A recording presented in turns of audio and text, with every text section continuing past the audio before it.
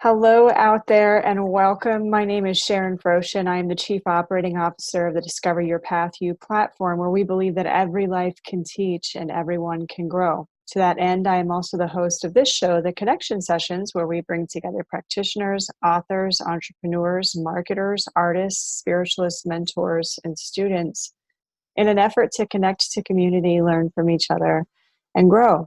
Today I have with me somebody I'm super excited to hear about. She has written a really amazing book called Mom versus Debt about how she paid down $64,000 in credit card debt. She's also a boldness coach. So this is a woman who has a lot to share with you as the audience. And I'm hoping, Amanda, that you'll just take a moment to kind of let us know how you got into life coaching and what is up with this book, dude. Well, the story started 13 years ago when I realized I had three really little kids. Like my oldest was 3 and my youngest was 6 months old. And so life was insane.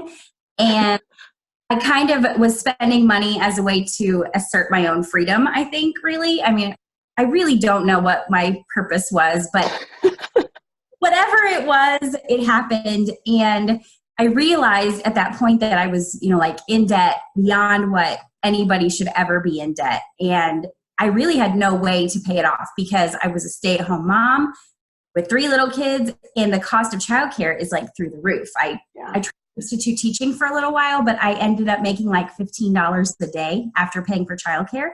So I was like, this is stupid. Like my kids are crazy because they haven't seen me all day. I'm angry because I only made $15 today. And it's just really a horrible situation. So I was like, well, I have to figure something out. Like didn't know about the debt either. So there's that. And so I wanted to pay it off before he found out about it because I think it was my mistake. I didn't want to saddle him with the stress of that on top of life. So I started up my own business, and I started out first as a virtual assistant because I had been an administrative assistant before I had kids. And I thought, well, what's the difference? Either I'm doing it in person or I'm doing it virtually. Yeah. So I started out that way. And then next thing I know, I had several clients who could only afford a virtual assistant, not a web designer too. So I started teaching myself how to, make their websites better and do content and all that stuff. And then next thing I know, I'm like, why am I doing this when this pays way better than that does? So let's switch over. And then, 13 years later, I'm like, I don't have a lot of shame around the debt simply because I feel like it was something that had to happen to push me into where I am now. But I still, I tell the story if people ask about it, but I haven't been super open about it. And that's kind of why I wrote the book, because I think, so many people have shame around debt.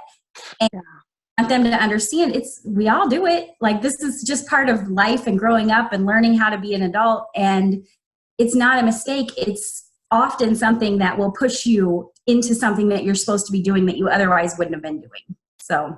Absolutely. Well, I love that. And I love the fact that you bring up that you were spending and you didn't know why, because I think that's a very common thing that happens, especially here in Western culture, that it becomes this way of medicating whatever it is that we're feeling. Shopping can become a serious addiction. And not even just sometimes I think we think of shopping like, oh, I'm just going to go out and buy 16 pairs of shoes. It can also be overbuying things that we need, but getting it at a level that's way too luxurious and way outside of our means. So if somebody was watching this who's kind of arrived at that point where they're like, I think I'm spending in an odd way, how would you help them come to understand that we can use spending as a form of medicating? Well, I think, really what you have to understand about yourself is that you probably are doing it for that reason. And just kind of one thing and I still do it to some extent, like I still buy things because it makes me feel good. Yeah. But I have developed this thing where I make myself wait 2 weeks before I buy anything. Brilliant. And I want something super bad. I'm like, if in 2 weeks you still want that, then you can get it. But usually I forget about it. I've already, in 2 weeks, my attention span's so short, it's completely, and I don't even remember what it was I wanted. So it's you just make yourself wait, because if it's not that important, you're just going to forget about it. And So that's what I've been doing. It works pretty well. Yeah, it sounds like it would. So where did the Just Go Boldly come in? Well, so my actual obsession is with travel. Like if I had all the money in the world, I would never be in Northwest Ohio. I mean, I'd come back occasionally because you've got to recharge, but I would be gone at least 1 week a month just to go out and see the world. So it started as a travel blog just to kind of catalog my travels and, give people ideas for places to go. And I talked about restaurants and, because I also don't like tourist trap things. So like when we were in Hawaii, we didn't do the big Diamond Head hike. We did one where you had to sneak through a fence and it was technically kind of illegal, but it was really awesome. So, we got to see this awesome waterfall and walk through this bamboo forest and it was so gorgeous. And I want people to go after things like that because the experience is so much greater than just the same hike that everybody else does. That was the idea behind Just Boldly Go. And I'm a little bit of a Trekkie. So the whole Boldly Go and, that started. But then I realized it's not just travel. Like it's not just going out places because not everybody can do that. Not everybody has the time or the finances or whatever to get out of wherever it is they live. So finding ways to live more boldly every day is what I want people to do is, just do something that's a little bit scary, do something that you wouldn't normally do because it pushes you in your comfort zone and expands you and your world. So if you had to tell the audience what your meaning of boldness is, what would that be? I think anything that is, I guess what I'm trying to fight is mediocrity, is where you just get up and you do the thing every single day without thought and without purpose. So anything that adds purpose to your life, I think is adding boldness to your life. It's just where you get up in the morning and you do the exact same thing every single day and you fall asleep and you get up and do it again. And people deserve more than that I think that everybody deserves more than that. So it's like intentional living, like living from the seat of purpose. Yeah. That's awesome. How you work with clients on this as well? Yeah, I do. Right now I just have I have a free Facebook group, like $5 a month Facebook group, and then a 6-week course that has a Facebook group with it. It's mostly geared towards moms because I find, right now my kids are older. I have a 17-year-old, well, he's almost 17 in a month, a 15-year-old and a 13-year-old. So I'm kind of past the PTSD of having little kids and can see how I could have done things better and lived a little bit more boldly when my kids were little. I don't think I did too bad at it because they're really good at going after the things that they're passionate about. But I want everybody to live that way. Like if you as a mom aren't chasing your dreams in an intentional way, then your kids aren't going to learn to do that. And of course you want them to. You want them to go after what they're passionate about. So why are you doing it? So that's what my current thing is. I don't know if you would agree with me or not, but I'm kind of the opinion, and I'm not a mother, but I'm kind of the opinion that moms kind of get pigeonholed by society in that you're supposed to behave a certain way, you're supposed to think a certain way, your children are supposed to be more important than you. And there's almost the thing that comes to mind when I think of it is a crushing of the mother spirit that you've had a child, but now you no longer get to be your own person. You're kind of just a milk bag and a lunch bag and whatever it is that your children need. And I would imagine that message of boldness to come back out of hiding and be who you really are is so important because especially for women who are raising daughters, that's where your daughter's going to learn her sexuality and her presence in the world, right? Exactly. Yes. And I have 2 sons and a daughter. And what hit me was that I don't want my sons to think that their wives are supposed to give themselves up for the kids. And I definitely want my daughter to think that she should give herself up for her kids. And the way that I've always done it is if I'm doing something, if I have, clients or whatever that I need to work with, the kids go with me. Like if I had a meeting in the next town over to work with somebody, they come with me. They're just part of the deal. And they learn to behave and let me work and, but they saw me doing all of it so that they know you can do this and this and you can be both and you can, be successful at it.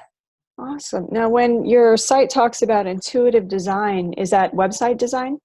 Yeah, that's the thing that I've been doing for the last 11, 12 years is website design. And I called myself an intuitive designer because when I work with people and they tell me what they want, it never ends up well. But if they just let me do what I think they need, then it always works out just right. So I love that. So you have that ability to, I don't know what the word is, like to read beyond the yeah. language, to read Yep, beyond the absolutely. communication. That's really powerful. That must be an incredible gift.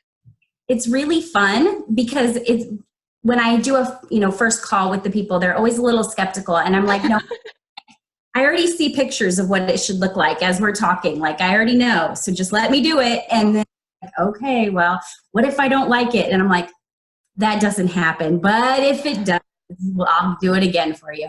But it's always spot on first time, always, always. Well, So what I love about you, and I've had several other coaches and professionals on her the same way, you're actually living what you're teaching. So there's a ton of boldness behind what you just said, like a I'm ton trying. of I'm boldness. really trying.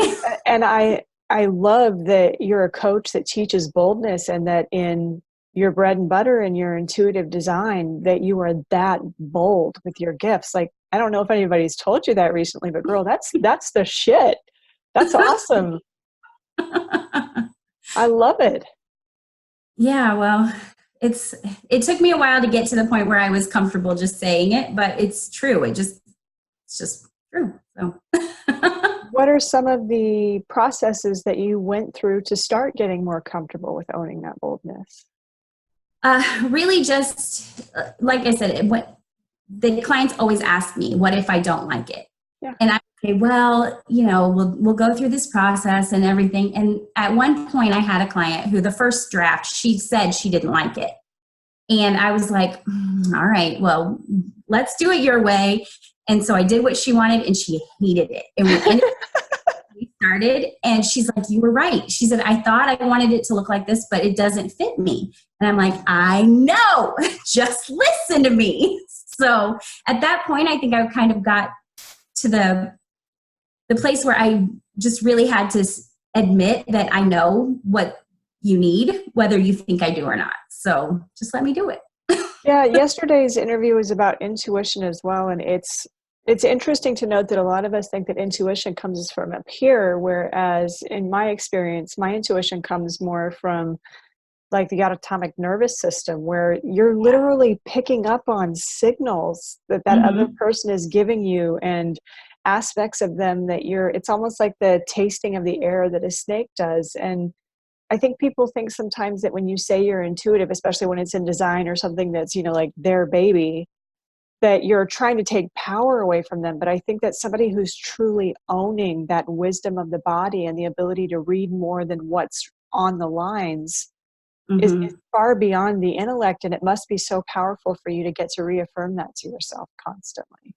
It is nice when because I doubt, of course I doubt myself and think, oh, maybe it's not, but then it's always spot on. And then I also have a thing where if I'll think of somebody like a client and then within 24 hours they email me or text or something. And I'm just like, it just like reaffirms that, yeah, I am feeling it. I am hearing it, whatever it is, it's real and, just let it happen. So it sounds like if I were to ask a question for the audience, that what you're saying is that doubt is a part of intuition, but it shouldn't be the end of your intuition. Absolutely. In everything that I do. In fact, I just had this conversation about the boldness coaching and the groups that I have and everything is that I am 100% sure that that's the direction that I need to go. Like without a doubt, but I still have doubts. I still like 2 days ago was like freaking out. Like this isn't right. I know I'm just, why do I think I could do this? But then I'm like, once I like start breathing again and start feeling it again, I'm like, shut up. You know it's right. I don't know why you yourself. Like just keep moving forward. It's fine. So yeah, doubts are part of it, but you just have to like kind of ride the wave and you'll Yeah. get through. I think that's a key thing, what you just said, is to keep moving forward. Because I think all of us have those, for me, it's very cyclical, those doubting, anxious, neurotic thought patterns. But if we just keep taking that next step or doing that next right indicated action through it and don't stop at the presentation of that thought pattern, we do eventually get through it to the other side. And that's where all the proof for our genius is, right? Exactly. Yeah, exactly. So how would you help a client who's currently caught in, well, because I think it's true? How would you help them start to detach from that belief system and move more into, it's a thought, it's not a fact? Right. First of all, breathing. Like, breathing is key. Just like calm yourself down and go back to the moment when you knew that it was the right thing and focus on that instead of the thought that is telling you that it's not the right thing. Because you know deep in your soul that it's right. You just have to, remember and then plan what is the next even tiny thing that I can do to move forward in this. Even just a tiny baby step that makes you go, that's right, this is where I'm supposed to be. And just keep doing those until you're there. Like, that's really all you can do. That's fantastic. Our Chief Spiritual Officer, Andrea Hendren, was with us, and she said, that's good to hear, Amanda, that doubts are part of it, and checking in and breathing. Those are all powerful, powerful tools. The last time I checked, your book is number 88 on Amazon right now, and I'm wondering if you could share with us a little bit about when the idea first popped into your head to write a book. How did you deal with those neurotic thought patterns that were like, oh, come on, what do you have to say? Well, it's really started because my husband was like, you really have to do something with your debt story because it's really powerful and it resonates with people. And I'm like, no, but like, I kind of am still not super great with money. Like, I still make stupid mistakes with my money. And by saying, I have all these answers, I'm like presenting myself as something that I think I'm not. But I know that I'm telling myself a story that I'm not good with money because I can be good with money. I just sometimes choose not to be good with money. Yeah. And the story about my debt isn't about what I am right now. It's about how I got out of the debt. But it's more than that. It's about like why these mistakes that we make aren't just like, it's not a mistake. Everybody's how could you do that? It's such a mistake. It wasn't a mistake. If I hadn't gotten into debt, I wouldn't have started my business. My husband wouldn't have started his business. I've been to Italy twice. I've been to Norway. I've been to all these places because of clients that I never would have been if I hadn't gotten into debt. So like at some point I realized I don't want to do like a program or something because I don't have all the answers with money, but a book tells the story, is in a bite-sized thing, and I can tell it and give pointers and maybe grow it into something bigger eventually, but a book felt kind of safe, actually. Like, it was just a safer way to do it than to like put myself out there as a money guru that I don't think I am. So yeah, I actually started it I decided to write the book in January. I started writing the book in April. I wrote 2 chapters of it, sent it to my the girl who ended up publishing. I sent her those 2 chapters, and she immediately said yes, but I didn't finish it for another 3 months. Then in July, I sat down for like a week and wrote the whole thing, and here we are. So that was January of this year? Yeah. Yep. Sweet baby Jesus, child.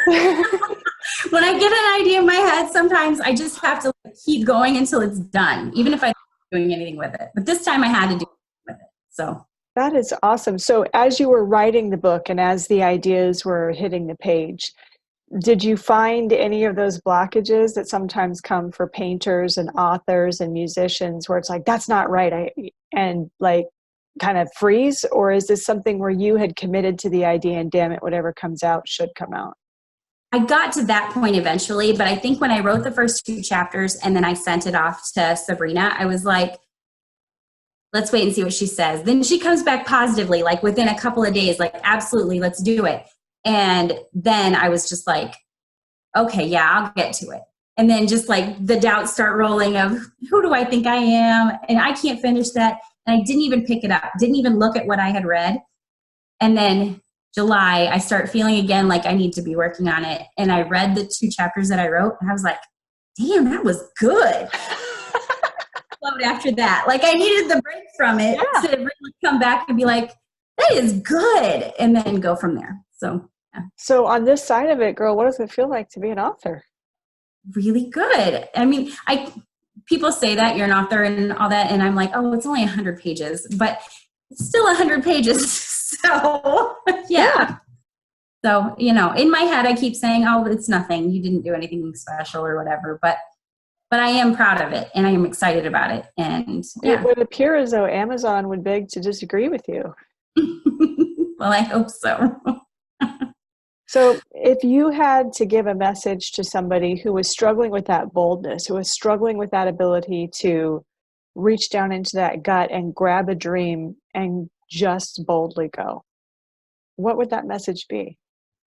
Really, it's just keep taking action, keep moving forward. That's like my constant go-to message is, and the whole Eleanor Roosevelt thing about doing one thing every day that scares you. It doesn't have to be jumping off of a cliff or out of an airplane. It doesn't have to be that scary. Just, putting a book out there was really scary. Writing the first chapter was really scary. And just keep doing those things that seem scary, because in my experience, when it really scares, like really, really, really scares me, that's the thing I'm supposed to be doing. So I try to do the scary things, and I'm scared all the time, like 100% of the time, terrified, but I just do it anyway, because otherwise, what else, what am I doing here? So I have a friend who has just created, her name's Julie Smith, who's just done amazing things with her life. And she talks about how, oh yeah, you see me doing the amazing things, but right before that, I'm on the floor crying. And like, why am I doing this to myself? And it's funny that the people that we look at and we think, oh my God, they're so bold, I could never be like that. Right before they did the thing that you're so amazed with, they were just as scared as you. Absolutely. Scared all the time, always scared, but just do it anyway. Yeah. It's powerful the way that, because we have chosen to specialize in thought in this society, that we fail to be able to stand back with objective reasoning and see that fear is just a thought. Yeah, absolutely. Well, lady, thank you so much for being on with me today. I am so proud of you for that book, and I love your attitude, and I especially am just absolutely passionate about that intuitive design and really just owning what's yours. I want to take a moment to recognize some of our viewers: Beth, Angela, Andrea, Becky. Thank you guys so much for watching with us today. And if you catch this video after we're no longer live, drop us a hashtag replay and let us know that you were here. If you heard something in this interview that really caught your attention, and come on guys, how could you not have heard something that you like here? All of Amanda's contact information is available in this live: her website, Instagram, Pinterest, Facebook. Hook up with her, find out what it is that makes her tick, and try and emulate some of that action moving forward stance that helps her achieve so much in her own life. So again, thank you so much, Amanda. I really appreciate you being with me here today. And to our viewers, we'll be back here same time, same place on Monday. And as always, guys, I love you. Thanks.